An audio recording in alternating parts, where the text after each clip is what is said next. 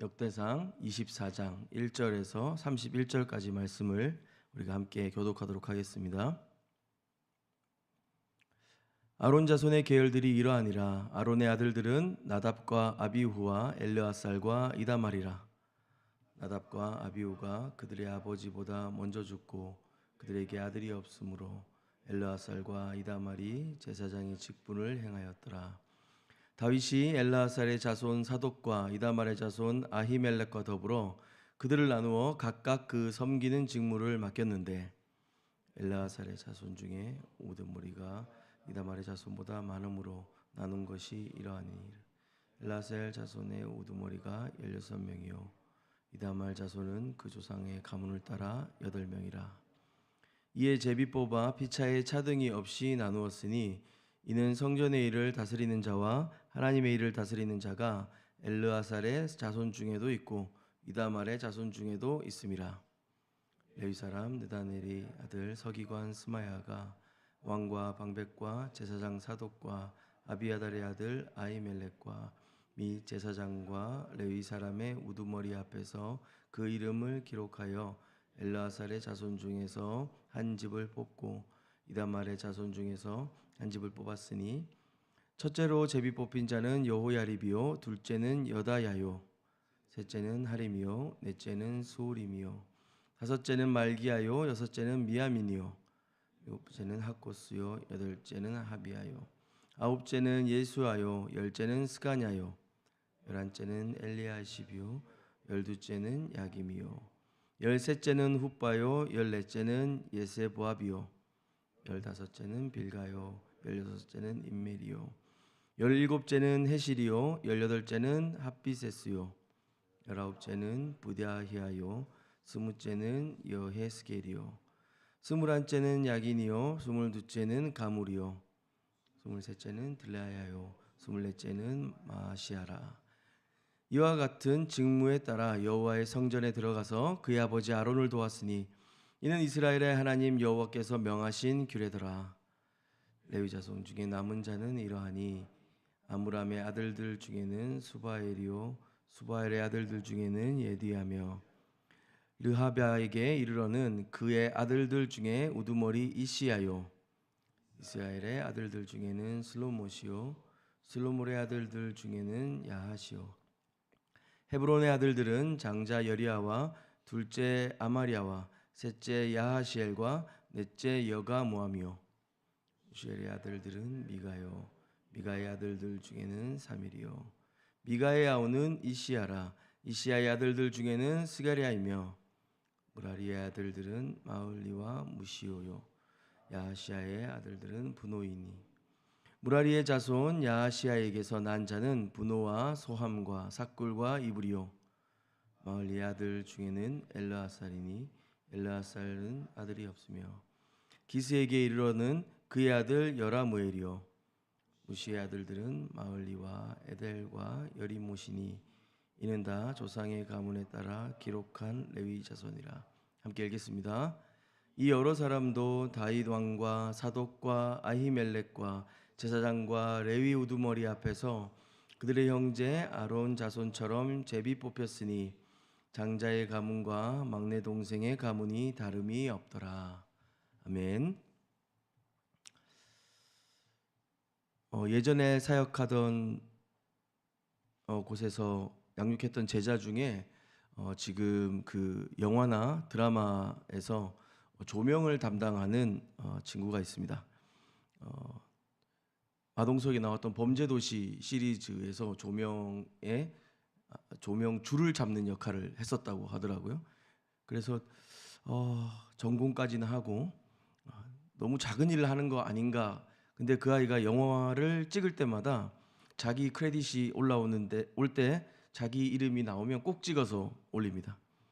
그래서 진지하게 물어본 적이 있습니다. 야, 그 사람들 이름이 다 쓰여지는 게 무슨 의미가 있냐라고 했는데요. 얼굴이 드러난 그 주인공과 이름이 제일 크게 써여 있는 제작사와 제작자 그리고 이 감독의 이름만큼이나 그들이 함께하고 작은 모자이크 같지만 그 시간과 모든 공간을 함께했던 사람들의 이름이 적히는 것이 너무 중요하다고 하더라고요. 본인 개인에게도 의미가 있지만 그 영화 자체가 만들어지고 완성되고 사람들한테 소개되는 데 있어서는 그 빽빽하고 그 꼼꼼하게 기록된 이름들이 너무나도 소중하다라고 하는 이야기였습니다. 그런 예술 작품도 보신 적이 있으실 것 같은데요. 멀리서 보면 어떤 풍경이나 사람 얼굴 같이 생겼는데 자세히 가서 보니까 각기 다른 다양한 사진의 모자이크였던 그런 그림들을 보신 적이 있을 것 같습니다. 오늘 제사장 계열의 이름이 그냥 나열된 것이 아니라 각기 그 다른 사람의 이름이 꼼꼼하게 빼곡하게 빠짐없이 기록되었고, 이것들이 합쳐서 한 걸음 뒤에서 보면 하나님께서 기뻐하시는 아름다운 그림이 되고 있구나라는 생각을 하게 되었습니다. 어떤 역할도 소홀하게 다루시지 않는 하나님의 시선으로 오늘 본문을 한번 보도록 하겠습니다. 우리 읽은 본문 3절에 보면 다윗이 엘르아살의 자손 사독과 이다말의 자손 아히멜렉과 더불어 그들을 나누어 각각 그 섬기는 직무를 맡겼는데 라고 했습니다. 지금 다윗 왕이 성전 봉사를 위해서 제사장과 레위인의 직무를 조직하고 있습니다. 원래 아론에게는 4명의 아들이 있었습니다. 나답과 아비후는 하나님의 명령을 따르지 않아서 다른 불로 제사 그 향로에 불을 들이다가 죽임을 당했고, 엘르아살과 이다말만이 그 이후에 제사장 직분을 이어갈 수 있었습니다. 다윗은 그 엘르아살 자손 중에 하나인 사독과 또 이다말 자손인 아히멜렉과 함께 제사장 직무를 나누어 맡기고 있습니다. 엘르아살 자손의 우두머리가 16명, 이다말 자손은 8명, 이렇게 수가 다르게 있는데요. 아마 남겨진 자손들의 수도 그렇게 크게 차이가 있지 않았을까 좀 생각이 됩니다. 그러나 본문에는 피차에 차등이 없이 나누었다라고 말하고 있습니다. 우리 사회에는 우리가 생각하는 것보다 크기, 겉모습 그 자체가 곧 힘이고 영향력이 되는 경우들을 많이 봅니다. 형인 엘르아살 자손의 리더들이 2배나 많습니다. 아마 그들의 무리가 훨씬 사람이 많았을 것 같습니다. 그러나 힘의 논리로 승자 독식하거나 일방적인 힘의 논리가 지배되는 것을 하나님은 원하시지 않으십니다. 반대로 우리는 작고 힘이 없으니 하나님 일에 쓰이지 못할 거야 하는 실패감과 그런 물러섬도 허락하지 않으십니다. 5절에 보면 이에 제비 뽑아 피차에 차등이 없이 나누었으니 이는 성전의 일을 다스리는 자와 하나님의 일을 다스리는 자가 엘르아살의 자손 중에도 있고 이다말의 자손 중에도 있음이라. 불필요한 경쟁과 힘의 다툼이 아니라 부르신 하나님을 기억하고 맡겨진 것에 충성을 다하며 살아가도록 요청하시는 것입니다. 그리고 이어지는 7절에서 18절 말씀은 24개의 순번을 나누어서 엘르아살 계열과 이다말 계열, 그러니까 16명, 8명, 24명이 모두 참여하게 하고 있습니다. 각 사람의 이름을 차별 없이 기록하고 있습니다. 모든 역할을 귀하게 여기고 각 지체를 조화롭게 엮으시는 하나님의 은혜가 담겨져 있는 것입니다. 이 24개의 순번의 이 제사장들은 순서와 상관없이 동일하게 다루어졌습니다. 그리고 본문 뒷부분에 보면 20절인데요. 레위 자손 중에 남은 자는 이러하니 라고 하면서 그 이하 또 명단이 기록되고 있습니다. 31절에 이 여러 사람도 다윗 왕과 사독과 아히멜렉과 제사장과 레위 우두머리 앞에서 그들의 형제 아론 자손처럼 제비 뽑혔으니 장자의 가문과 막내 동생의 가문이 다름이 없더라. 막내 동생까지 어린 형제까지도 이 제비를 뽑아 직무를 맡깁니다. 동등하게 대하시고 당시 그들 안에 있을 수밖에 없었던 편견과 때로는 소외감과 또 힘 있는 자의 우월함들을 하나님은 도리어 공평한 시선으로 다루고 계시는 것입니다. 엘르아살의 16개의 우두머리들 그리고 이다말의 그 8명의 우두머리들 모두 마찬가지로 나뉘어지는데 이것은 숫자에 많고 적음이 결정하지 않는다. 그것이 중요하지 않다라는 것을 명확히 보여주십니다. 하나님은 인간적인 기준으로 역할들을 평가하시거나 그 힘을 판단하지 않으시는 것 같습니다. 각자가 맡은 자리에서 최선을 다하는 그 모든 봉사를 동일하게 소중하게 귀하게 여기시는 것 같습니다. 제비뽑기는 사실상 누가 뽑힐지 모르고 또 누가 뽑히지 않을지 모릅니다. 어떤 역할을 하게 될지 사실 뽑는 사람조차도 예상할 수 없습니다. 그래서 사실 교회에서는 이런 제비뽑기의 정신이 필요하다는 생각이 듭니다. 먼저는 하나님께서 각자의 은사에 따라 최적의 자리를 마련해 주신다는 것. 그러니까 하나님의 뜻을 구하고 그 인도하심을 따르는 데 있어서 하나님께 온전히 맡기는 것입니다. 그러나 종종 우리는 우리끼리 얘기할 때 너무 많은 다툼이 있거나 또 특정 사람의 이익을 대변할 수 없으니 그냥 될 대로 되라는 식으로 제비뽑기를 생각하곤 하는데요. 그보다는 그 어떤 역할이든지 간에 하나님께서 허락하신 것으로 붙잡는 믿음이 필요한 것이 제비뽑기입니다. 어떤 다락방에서는 우리가 이런 역할을 할 수 있어서 너무 기쁘고 자랑스럽다라고 생각하는데, 어떤 다락방에서는 우리가 저 역할을 못해서 너무 억울하다 생각하는 때도 있을지도 모르겠습니다. 그러나 반대인 것이죠. 우리가 연약하고 부족하지만 주님이 이 귀한 일을 맡겨주셨으니 전력을 다하고 최선을 다하겠다고 결심하는 것입니다. 또한 반대로 우리에게 왜 이렇게 작은 역할, 보이지 않는 역할들을 맡겨주셨을까? 이렇게 소외감을 느끼는 것이 아니라 도리어 우리가 이 자리를 통하여 하나님의 마음을 더 배우고 남들이 하기 싫어하는 일들을 우리가 기꺼이 섬김으로 우리가 더 성장할 수 있는 기회를 주시는구나라고 붙잡는 것입니다. 이것은 우리 각자의 삶과 우리 개인에게도 동일하게 적용되는 것 같습니다. 우리가 생각하기에 중요하지 않다고 생각되는 자리도 있고 그런 역할들도 있고 그런 삶의 모습들도 있을 수 있습니다.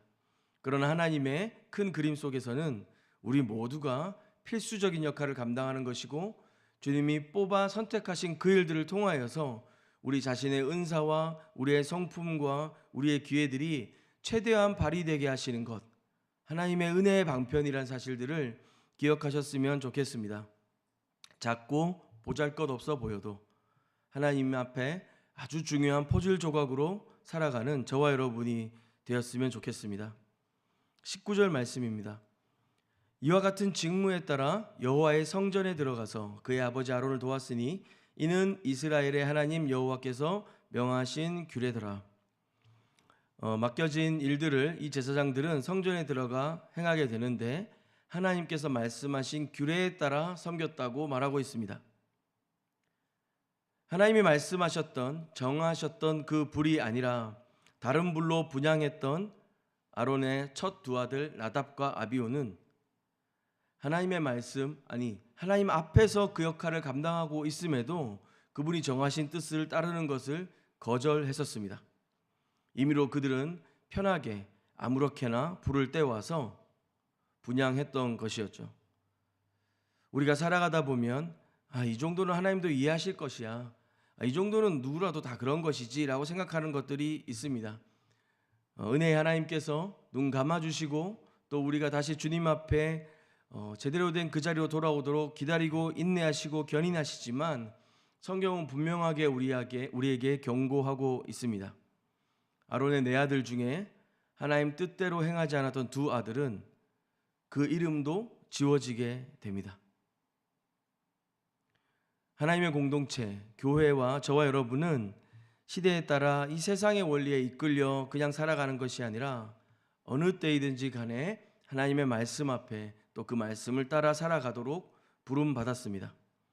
하나님 말씀이 아닌 세상을 따라 살아간다면 어떻게 우리가 믿음의 공동체라고 말할 수 있겠습니까? 때로는 그런 이유로 우리가 주님 앞에 서고 믿음으로 살아가고 그 주님 앞에 은혜를 구하며 그 은혜를 누리면 누릴수록 세상으로부터 더욱 거스르게 되고 또 공동체 안에 나를 더 포기하게 되고 내려놓게 되는 일들을 봅니다. 견디고 힘써 싸워보다가 이제 안 되니까 그만해야지, 내려놓아야지 하는 것이 아니라 상황이 어떠하든지 주변의 사람들의 생각들이 어떠하든지 주님의 그 말씀을 따라 믿음으로 공동체 안에서 또 가정 안에서 하나님의 뜻과 계획을 이루어가고 그 안에 성실하게 살아가는 저와 여러분이 되었으면 좋겠습니다. 그렇게 아름다운 열매들을 맺어가는 우리가 되도록 주님이 은혜 주시고 불러주셨음을 믿고 의지했으면 좋겠습니다. 오늘 읽은 역대상 24장 말씀에서 드러나지 않는 사람이 없고 또 앞장서서 모든 역할에 자기 주장하며 앞서가는 사람만 있는 것이 아님을 우리는 봅니다. 모든 역할이 중요하고 잘 보이지 않고 중요하지 않아도 하나님께서 귀히 여기신다는 사실들을 기억하고 어느 때이든 세상의 원리가 아니라 하나님의 말씀을 따라 그 하나님의 거룩과 영광을 믿음으로 바라보며 그 뜻을 순종하는 우리의 삶이 되었으면 좋겠습니다. 맡겨주신 역할이 또 삶의 자리가 어떠하든지 간에 하나님께서 여러분을 통하여 그 뜻을 이루어 가시고 열매 맺게 하실 것을 믿습니다. 우리 함께 기도하겠습니다. 사랑해 주님 감사합니다. 부족한 우리를 불러주시고 우리 삶의 자리에서, 일터에서, 직장에서, 또 교회에서, 가정에서 감당할 수 있는 사명과 부르심을 주셔서 감사합니다. 오늘 말씀을 통해 우리의 사명의 드러남과 또 감추임이 상관없이 하나님께서 우리 모두를 귀히 여기고 계심을 믿고 오늘 하루 작은 이 한 걸음을 믿음으로 기쁨으로 감당하게 하여 주시옵소서. 또한 감당할 수 있는 능력과 지혜도 허락하여 주셔서 우리의 삶이 하나님의 축복의 통로가 되게 하여 주시고 우리를 통하여 우리의 가정과 우리의 삶의 모든 자리들 가운데 하나님의 임재가 나타날 수 있도록 주님 도와주시옵소서. 감사드리며 예수님의 이름으로 기도합니다. 아멘. 우리 두 가지 좀 기도할 텐데요. 먼저는 나와 가정을 위해서 기도하겠습니다. 오늘 우리에게 맡겨주신 사명을 귀하게 여기고 보이든 보이지 않든 기쁨으로 감당할 수 있도록 또 가정 안에서 각자의 역할들을 존중하고 사랑으로 섬기고 작은 일에 충성함으로 하나님의 뜻을 이루어가는 가정 될 수 있도록 그 어떤 실패감이나 비교의식이 아니라 하나님이 은혜 주시고 함께 하시는 것을 의지하고 믿음으로 구하는 나와 가정 되도록 기도하셨으면 좋겠고요. 또 교회와 나라를 위해서 중보하실 텐데요. 우리 교회와 이 나라 위에 하나님의 이 공평하신 그 사랑의 시선과 은혜의 질서가 회복될 수 있도록 우리 교회 공동체 안에 모든 섬김이 귀히 존중받고 또 숨어있고 잘 드러나지 않은 헌신자들도 격려받고 인정되는 공동체 될 수 있도록 그리고 이 나라에 새롭게 세워진 리더십과 많은 어떤 공동체 안에도 하나님이 원하시는 정의와 공정 협력들이 잘 이루어질 수 있도록 두 가지 기도하신 후에 개인의 기도로 더 깊이 주님 앞에 나아가도록 하겠습니다. 함께 기도하시겠습니다.